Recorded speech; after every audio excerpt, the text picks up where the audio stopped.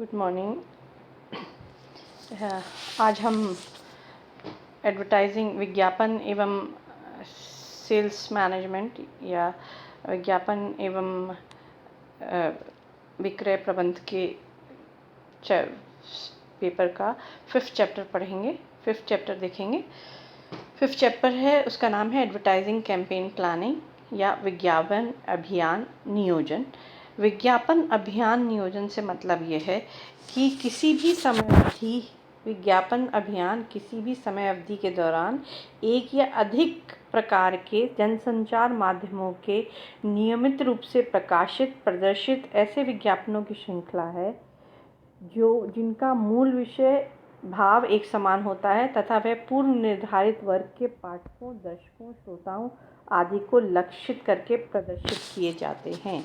अर्थात हम विज्ञापन अभियान की बात करते हैं तो विज्ञापन अभियान ये कहता है एक निश्चित अवधि में एक ही प्रकार के जो है के दौरान हम जो संदेश संप्रेषण करते हैं लोगों तक अपनी बात पहुंचाने के लिए, वह जो है उस विज्ञापन अभियान का नियोजन होता है। एक निश्चित अवधि में हम कितने माध्यमों का प्रयोग करेंगे, कितने समय का विज्ञापन देंगे, किन पाठकों को हम लक्षित कर रहे हैं, किन श्रोताओं को हम लक्षित कर रहे हैं, किन दर्शकों को हम लक्षित कर रहे हैं एक निश्चित अवधि के अंदर, तो वह कहलाता है विज्ञापन अभियान। विज्ञापन अभियान नियोजन से तात्पर्य यह है कि विज्ञापन अभियान नियोजन जो है वह ये कहता है कि विज्ञापन अभियान जो है उसके हेतु भविष्य में की जाने वाले कार्यों को आज अर्थात वर्तमान में निर्धारित करने की प्रक्रिया जो है वो विज्ञापन अभियान नियोजन है। यानी हम भविष्य में जो विज्ञापन अभियान चलाएंगे उसका आज वर्तमान में एक प्रक्रिया निर्धारित करना जो है विज्ञापन अभियान नियोजन कहलाता है। यानी कि विज्ञापन अभियान नियोजन करते समय हम किन किन बातों को ध्यान में रखते हैं कि विज्ञापन अभियान किन उद्देश्यों की पूर्ति के लिए किया जा रहा है, कौन कौन से प्रयास किए जाएंगे, किस प्रकार किए जाएंगे, किन साधनों का इस्तेमाल होगा, चाहे वो वित्तीय हो, मानवीय हो आदि, किन के द्वारा पूरा किया जाएगा, कब पूरा किया जाएगा और उसकी क्या नियम नीतियाँ आदि होंगे। जो कि हम नियोजन सामान्य नियोजन का हमने चैप्टर पढ़ा था, तो हमने यही किया था कब, क्यों, कहाँ, कैसे, इन सब चीज़ों का उत्तर देने के लिए हम नियोजन करते हैं। भविष्य में किए जाने वाले कार्यक्रमों का हम नियोजन करते हैं। विज्ञापन अभियान की परिभाषा, नियोजन की परिभाषा देखें तो विज्ञापन अभियान नियोजन एक ऐसी प्रक्रिया है जिसमें भावी विज्ञापन यानी भविष्य में होने वाले विज्ञापनों के उद्देश्यों के निर्धारण के साथ साथ, यानी हम वो जो भी भविष्य में होने वाले विज्ञापन हैं उनका हम उद्देश्य निर्धारित करते हैं कि हम क्यों करना चाहते हैं और उन उद्देश्यों की प्राप्ति के लिए कार्य, व्यक्तियों एवं संस्थाओं एवं आवश्यक संसाधनों का निर्धारण किया जाता है। तो हम कहते हैं विज्ञापन अभियान नियोजन किया जाता है। अब विज्ञापन अभियान नियोजन अगर किया जा रहा है तो सबसे पहले विज्ञापन अभियान नियोजन को प्रभावित करने वाले घटक कौन से, यानी अगर वो हमें सफल बनाना है तो उसके कौन कौन से घटकों को हमें ध्यान में रखना है, या विज्ञापन अभियान नियोजन में ध्यान रखने योग्य बातें, यानी जब हम नियोजन कर रहे हैं विज्ञापन अभियान नियोजन करें तो हम कौन कौन सी बातों को ध्यान में रखें। सबसे पहली बात आती है संस्था संबंधी घटक, यानी संस्था के पास कौन कौन से संसाधन मौजूद हैं, संस्था की उत्पादन क्षमता क्या है, उसकी ख्याति क्या है, उसकी छवि क्या है, उसके ग्राहक कौन से हैं, ये सब बातें इसके अंतर्गत हम ध्यान में रखते हैं। दूसरा आता है संस्था के उत्पाद, यानी उत्पाद से संबंधित अनेक घटक होते हैं, जैसे उत्पाद का रंग, उसकी विशेषताएं, रूप, आकार, किस्म, उपयोगिता, औद्योगिक है या जनरल उपभोक्ता के लिए है या ये दोनों के लिए है, उसका मूल्य क्या है, ये सारी बातें यानी उत्पाद संबंधी सभी बातों को भी हम विशेषता जो है विज्ञान अभियान नियोजन जो है प्रभावित करता है। फिर आता है उपभोक्ता, क्योंकि प्रोडक्ट किसके पास जाएगा, उत्पाद किसके पास जाएगा, उपभोक्ता के पास जाएगा।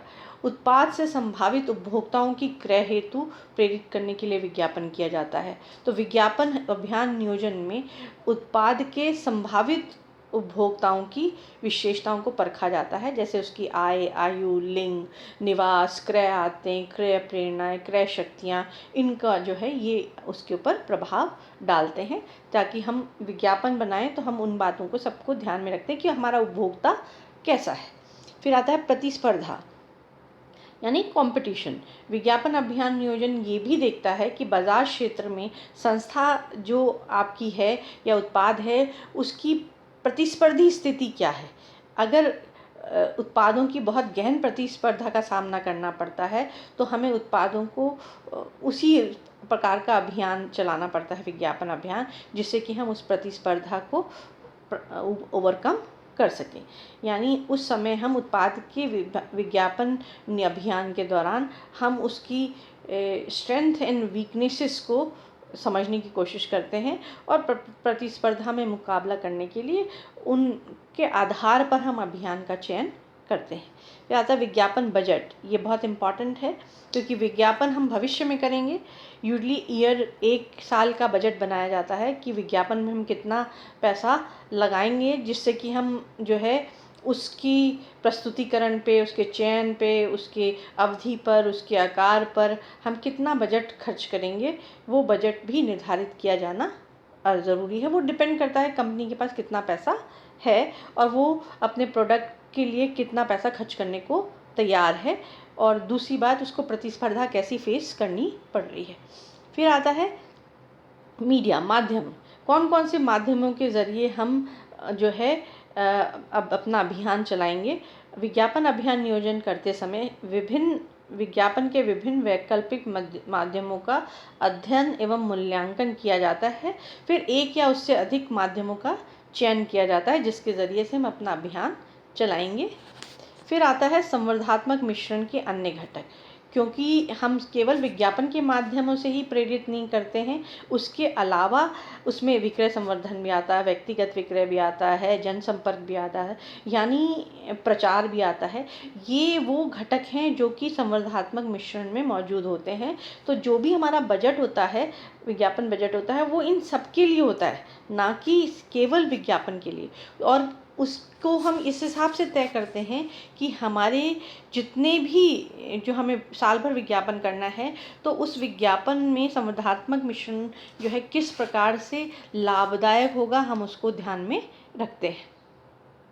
फिर आता है वर्तमान विज्ञापन अभियान की शक्ति, सामर्थ्य या दुर्बलताएं। जो अभी चल रहा है कैंपेन, कंपनी ये देखती है कि जो अभी उसने जो पहले जो विज्ञापन अभियान चलाया था उसमें क्या स्ट्रेंथ थी और क्या वीकनेसेस थी। स्ट्रेंथ को कायम रखा जाएगा, दुर्बलताओं को दूर करने की कोशिश की जाती है, जिससे कि हम उनको दूर करके उसको भी स्ट्रेंथ में कन्वर्ट कर सकें। फिर आता है राज्य के कानून, नीतियाँ व नियम। गवर्नमेंट के लॉ, पॉलिसी, रूल्स ये भी बदलते रहते हैं। तो जब हम अभियान नियोजन करते हैं, विज्ञापन अभियान नियोजन करते हैं, तो ये कानूनी नीतियाँ, नियम, ये सब भी उसको विज्ञापन के संदेश, उसके प्रस्तुतिकरण, माध्यम, ढंग आदि को प्रभावित करते हैं। तो इसलिए हमें ये बात ध्यान में रखने वाली बात है कि हम राज्य के कानून और नीति नियम को भी ध्यान में रखें जब हम अभियान का नियोजन करते हैं। जो लास्ट पार्ट जो इफ़ेक्ट करती है वो विज्ञापन का उद्देश्य। संस्था के विज्ञापन उद्देश्य जो है वो उसके आधार पर हम नियोजन करते हैं। तो उद्देश्यों की पूर्ति के आधार पर विज्ञापन अभियान का नियोजन एवं संचालन किया जाता है, और उन उद्देश्यों को प्राप्त करना ही मूल जो है उद्देश्य होता है कि हम ये जो विज्ञापन अभियान नियोजन कर रहे हैं, इसका मूल उद्देश्य जो है वो यही है कि संस्था के आधारभूत उद्देश्यों को हम प्राप्त कर सकें। तो ये थे हमारे जो नियोजन विज्ञापन अभियान नियोजन को प्रभावित करने वाले तत्व, जिनको ध्यान में रखकर ही एक अभियान या नियोजन अभियान जो है तैयार किया जाता है। फिर आता है अब विज्ञापन अभियान नियोजन की प्रक्रिया, यानी हम कौन सा प्रोसेस अडॉप्ट करते हैं। क्योंकि हमने प्लानिंग प्रोसेस पहले देखा, प्लानिंग के चैप्टर में हमने प्लानिंग प्रोसेस देखा हुआ है कि प्लानिंग कैसे की जाती है। तो प्लानिंग के लिए पहले उद्देश्यों का निर्धारण किया जाता है, ये फिर उसके बाद जो है उसके लिए अल्टरनेटिव वेज ढूंढे जाते हैं। तो अभी हम विज्ञापन अभियान नियोजन कर रहे हैं, तो इसकी प्रक्रिया जो है वह उसमें जो है 10 चरण है। सबसे पहला आता है विज्ञापन करने का निर्णय करना, डिसीजन टू एडवर्टाइज। सबसे पहली बात जो है ध्यान में रखी जाती है कि हम विज्ञापन करने का निर्णय लेते हैं कि भी हमें, क्योंकि एक पर्टिकुलर दीर्घकालीन निवेश करना है, तो हमें ये बात ध्यान में रखनी है कि प्रतिस्पर्धा के लिए क्या हम प्रतिस्पर्धा को ओवरकम करने के लिए विज्ञापन करने को तैयार हैं। अगर तैयार हैं तो फिर हम उसको देखेंगे इसको। फिर आता है आपका जो दूसरा आता है वो है परिस्थितियों का विश्लेषण। यानी जो विज्ञापन करने का निर्णय लेने के पश्चात कंपनी अपना वर्तमान परिस्थितियों का अध्ययन एवं विश्लेषण करती है, जैसे कि उत्पाद की प्रतिस्पर्धी क्षमता क्या है, उत्पाद का बाजार में कितना हिस्सा है, ग्राहकों का उत्पाद के प्रति क्या बर्ताव है, उत्पाद के लक्षण क्या हैं, वर्तमान विज्ञापन अभियान की शक्ति एवं सामर्थ्य क्या है, उसकी दुर्बलताएं क्या हैं, फिर उसके विज्ञापन अभियान में परिवर्तन के कारण एवं अवसरों को भी देखा जाता है। यानी परिस्थितियों का विश्लेषण किया जाता है और जो गत परिस्थितियां हैं उसका अध्ययन किया जाता है। और 4 क्षेत्रों में शोध किया जाता है। एक तो उपभोक्ता शोध कि उपभोक्ता का आयु, आय, शिक्षा, लिंग, मानसिक पहलू ये सब क्या हैं। दूसरा आता है उत्पाद के ऊपर शोध, यानी हमारा जो प्रेजेंट उत्पाद है उसके अंदर हमें कोई परिवर्तन करना है, उसके रंग, रूप, गुणवत्ता या पैकेजिंग, मूल्य, उत्पाद, ब्रांड, छवि आदि किसी में परिवर्तन करना है तो उसको हम शोध करते हैं। फिर लक्षित बाज़ार का विश्लेषण किया जाता है कि यानी हम किस बाज़ार में अपने प्रोडक्ट को बेचना चाहते हैं, किस भौगोलिक क्षेत्र में करना चाहते हैं, उसके लक्षण क्या हैं, उसका सामाजिक स्तर क्या है, उसके विशेष पहलुओं का जो है विश्लेषण किया जाता है। फिर जो चौथी चीज़ का शोध किया जाता है प्रतिस्पर्धी स्थिति, यानी जिस बाज़ार में हम विज्ञापन अभियान करना चाहते हैं तो उसमें प्रतिस्पर्धी कैसे हैं, उन प्रतिस्पर्धियों को ध्यान में रख के हम अपना बजट तय करते हैं, विज्ञापन का समय तय करते हैं, माध्यम चेक करते हैं और बाज़ार में अपनी हिस्सेदारी को बढ़ाने की कोशिश करते हैं। तो यानी हम ओवरऑल परिस्थितियों का विश्लेषण करते हैं जब हम ये तय कर लेते हैं कि हम विज्ञापन करना चाहते हैं, क्योंकि विज्ञापन में बहुत ज़्यादा पैसा खर्च होता है, तो ये विश्लेषण बहुत अति आवश्यक माना जाता है। फिर तीसरा स्टेज आता है विज्ञापन के उद्देश्यों को निर्धारित करना, डिटरमाइनिंग एडवर्टाइजिंग ऑब्जेक्टिव्स।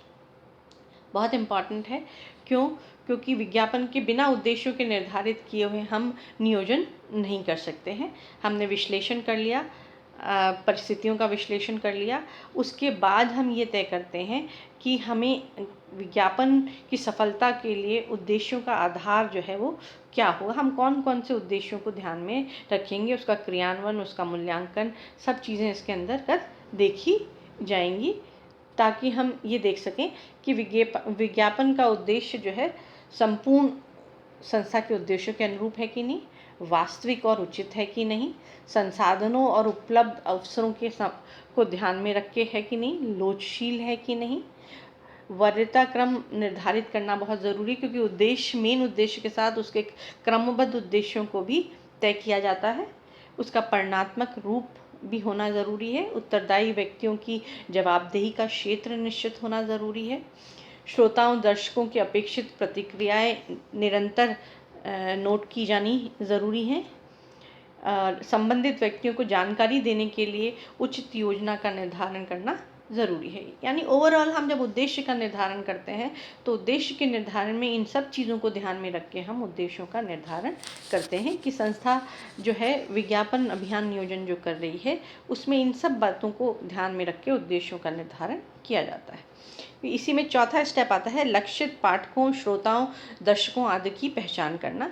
यानी विज्ञापन प्रक्रिया के अगले चरण में विज्ञापन के लक्षित पाठक, श्रोता, दर्शकों की पहचान की जाती है।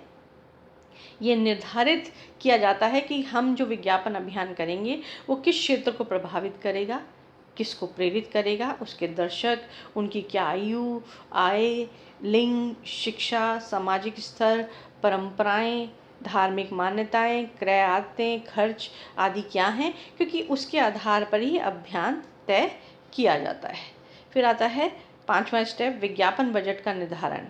अब हमें ये देखना पड़ता है, जब हम ये सारी चीज़ें का आकलन कर लेते हैं तो हम फिर ये देखते हैं कि हमें कम बजट की आवश्यकता है या ज़्यादा बजट की आवश्यकता है, क्योंकि हम जो भी विज्ञापन बजट बनाएंगे वो बजट जो है वो हमें साल भर के अंदर खर्च करना है, उससे ज़्यादा हम उसमें खर्च नहीं कर सकते, क्योंकि विज्ञापन बजट में लगाया गया पैसा भी प्रोडक्ट की लागत में ऐड होता है। तो हम ये बात ध्यान में रखते हैं कि हम लागत बढ़ाना नहीं चाहते, हम ये चाहते हैं कि हमारा प्रोडक्ट प्रतिस्पर्धी रहे। तो हम ये बातें निम्नलिखित बातें जो हैं, किंतु आदर्श बजट निर्धारित करते समय निम्नलिखित बातों पर विशेष ध्यान दिया जाता है। एक तो उत्पाद की जीवन चक्र की अवस्था क्या है, अगर उत्पाद इनिशियल स्टेज में है तो ज़्यादा पैसा खर्च किया जाता है, लास्ट स्टेज में है तो कम किया जाता है, और सामान्य जब वो मैच्योरिटी पे होता है। उत्पाद का बाज़ार में हिस्सेदारी क्या है, कहीं पता लगा हम पैसा तो ज़्यादा खर्च कर रहे हैं और हिस्सेदारी हमारी कम है। बाज़ार में प्रतिस्पर्धा की स्थिति हमारी क्या है, यानी हमें कितने प्रतिस्पर्धी बैठे हैं, उनका सबकी हिस्सेदारी क्या है। फिर विज्ञापन में समय अंतराल क्या है, यानी हम कितने कितने समय पर विज्ञापन करते हैं। उत्पाद की विविधीकरण स्थिति क्या है, यानी हम कितने तरह के उत्पादों को बनाते हैं, वो देखना ज़रूरी है। ये सारी बातें जो है जब हम बजट तय करते हैं तो इन सबको हम ध्यान में रखते हैं। फिर आता है विज्ञापन संदेश या विज्ञापन प्रति निर्धारित करना। विज्ञापन संदेश का चैप्टर हमने पहले पढ़ा था। विज्ञापन संदेश में हमने ये देखा था कि जब हम विज्ञापन संदेश तैयार करते हैं तो उसमें हम एक अच्छी प्रति में वह होती है जिसमें कम से कम विक्रय आग्रह करती है, और एक ही आग्रह को बार बार दोहराना जो है बहुत अच्छे विज्ञापन अभियान का लक्षण होता है, क्योंकि हम चाहते हैं कि ग्राहकों के दिमाग में, उपभोक्ता के दिमाग में हमारा संदेश बैठ जाए। वो संदेश जो है जब भी वो उस उत्पाद को खरीदने जाए तो हमारे संदेश को ध्यान में रखे, इसलिए उसकी बार बार पुनरावृत्ति करना ज़रूरी है। एक विज्ञापन प्रति तैयार करते समय हमें नॉर्मली जिन बातों को ध्यान में रखना है वो है, सबसे पहले ध्यान आकर्षण की क्षमता होनी चाहिए, उत्पाद के प्रति रुचि उत्पन्न करने वाली होनी चाहिए, कौतूहल उत्पन्न करने वाली होनी चाहिए, उपयोग की लालसा पैदा करने वाली होनी चाहिए, साधारण या नई बातों को भी सम्मिलित किया जाता है, भावनात्मक अपील रखी जाती है, बड़े बड़े दावे आदि नहीं किए जाते हैं क्योंकि ग्राहक बड़े दावों से घबराता है। फिर मनोरंजक होना चाहिए, छोटे एवं साधारण वाक्य यानी याद रखने योग्य बातें होनी चाहिए, नकारात्मक वाक्यों का प्रयोग नहीं किया जाता है, मनोरंजक प्रतीत होने चाहिए। ये सब बातें जब हम संदेश बनाते हैं जो हम प्रचारित किएंगे उसमें ये सब बनाते समय ध्यान में रखना ज़रूरी होता है। फिर आता है विज्ञापन माध्यमों का चयन करना, यानी विज्ञापन संदेश जब हम बना लेते हैं तो हमें ये तय करना होता है कि हम कौन कौन से माध्यमों के ज़रिए उसका जो है अभियान को चलाएंगे, चाहे जैसे समाचार पत्र पत्रिका, रेडियो, टीवी, पोस्टर, बैनर, परिवहन साधन, बाहरी विज्ञापन, इंटरनेट, इन सभी बहुत सारे ऐसे माध्यम होते हैं जिनके माध्यम से अपना अभियान चला सकते हैं। लेकिन ये इस बात पे ये चयन करते समय हम जो बात ध्यान में रखते हैं वह हमारे पाठक कौन है, श्रोता कौन है, उपभोक्ता कौन है, हमारा बाज़ार कौन सा है, विज्ञापन संदेश क्या है, माध्यमों की लागत क्या है, ये सब बातें इसमें ध्यान में रखी जाती हैं। फिर आता है नेक्स्ट पॉइंट जो है अन्य संवर्धन एवं विक्रय विधियों का समन्वय करना, यानी जो हम और संवर्धन एक्टिविटी करेंगे उनके साथ इसका कोऑर्डिनेशन होना ज़रूरी है, क्योंकि चाहे हम विक्रय कला यूज़ करें, चाहे हम प्रचार यूज़ करें, चाहे हम विक्रय संवर्धन यूज़ करें, इन सब में भारी भरकम खर्च किया जाता है। तो ये सारे प्रमोशनल मेथड जो हैं इनका आपस में तालमेल होना बहुत ज़रूरी है ताकि हम पूरे बजट को उसके आवश्यकता अनुसार खर्च कर सकें। फिर आता है विज्ञापन समय सारणी तैयार करना, यानी scheduling the advertising. Scheduling the advertising से मतलब है कि जो हम विज्ञापन अभियान नियोजन करने जा रहे हैं उसकी समय सारणी, यानी किस समय कौन सा दिया जाएगा, किस समय कौन सा दिया जाएगा, विज्ञापन कब, कितनी बार, कितने समय और कितने अंतराल में दिया जाएगा, इन बातों को ध्यान में रखना ज़रूरी है। और ख़ास करके ये चीज़ें तय करने के लिए हम ये देखते हैं कि सामान्यतः नए ग्राहक का बाज़ार में प्रवेश के समय क्या है, ग्राहकों को अगली बार या हर बार उत्पाद क्रय करने के लिए समय अंतराल कितना लगता है, उत्पाद ब्रांड को स्मरण रखने की शक्ति कितनी है ग्राहक के मन में। तो हम उसी आधार पर समय सारणी जो है छोटी अवधि के लिए दैनिक, साप्ताहिक, मासिक हो सकती है, कभी कभी दीर्घ अवधि के लिए भी बनाई जाती है, जैसे वार्षिक समय सारणी। क्योंकि हमारा बजट 1 साल का होता है, तो लेकिन उसमें हम कई तरह की एक्टिविटीज़ करते हैं, तो हर की समय सारणी तैयार करनी ज़रूरी है, ताकि कोई भी समय खाली ना जाए, जबकि हम उपभोक्ता के दिमाग से उतर जाएं। और अंतिम आता है विज्ञापन का मूल्यांकन करना। जब तक मूल्यांकन नहीं किया जाएगा, तब तक हम ये नहीं तय कर सकते कि जो हमने अभियान के दौरान जो प्लानिंग की थी, नियोजन किया था, और हमने जब अपना अभियान चालू कर दिया, तो हमारे उसका रिज़ल्ट क्या आया। हमने उसका अंतिम चरण जो है विज्ञापन अभियान का मूल्यांकन है। ये मूल्यांकन ये तय करता है कि जो हमने विज्ञापन संदेश दिया, माध्यम चुने, समय सारणी रखी, उन सब में कहीं हमें परिवर्तन की आवश्यकता तो नहीं है। समय समय पर इस बात का निर्धारण करने से हम ये तय कर पाते हैं कि जो हम कर रहे हैं अभियान के दौरान वह सही रिज़ल्ट दे रहा है अथवा नहीं। अगर वो नहीं सही रिज़ल्ट दे रहा, तो हमें उसको दोहराने की ज़रूरत है, हमें उसको दोबारा से चेंज करने की ज़रूरत है। चाहे वो समय सारणी में चेंज हो सकता है, संदेश में हो सकता है, उसके माध्यम में हो सकता है, और उसके ज़रिए से हम उसको एक बार और ज़्यादा मजबूत या स्ट्रेंथ देने की कोशिश करते हैं। ये था आपका विज्ञापन अभियान नियोजन का चैप्टर, और इसके साथ ही इसमें अब इसके बाद असाइनमेंट दिया जाएगा जो इसको देखते हुए किया जा सकता है। Thank you.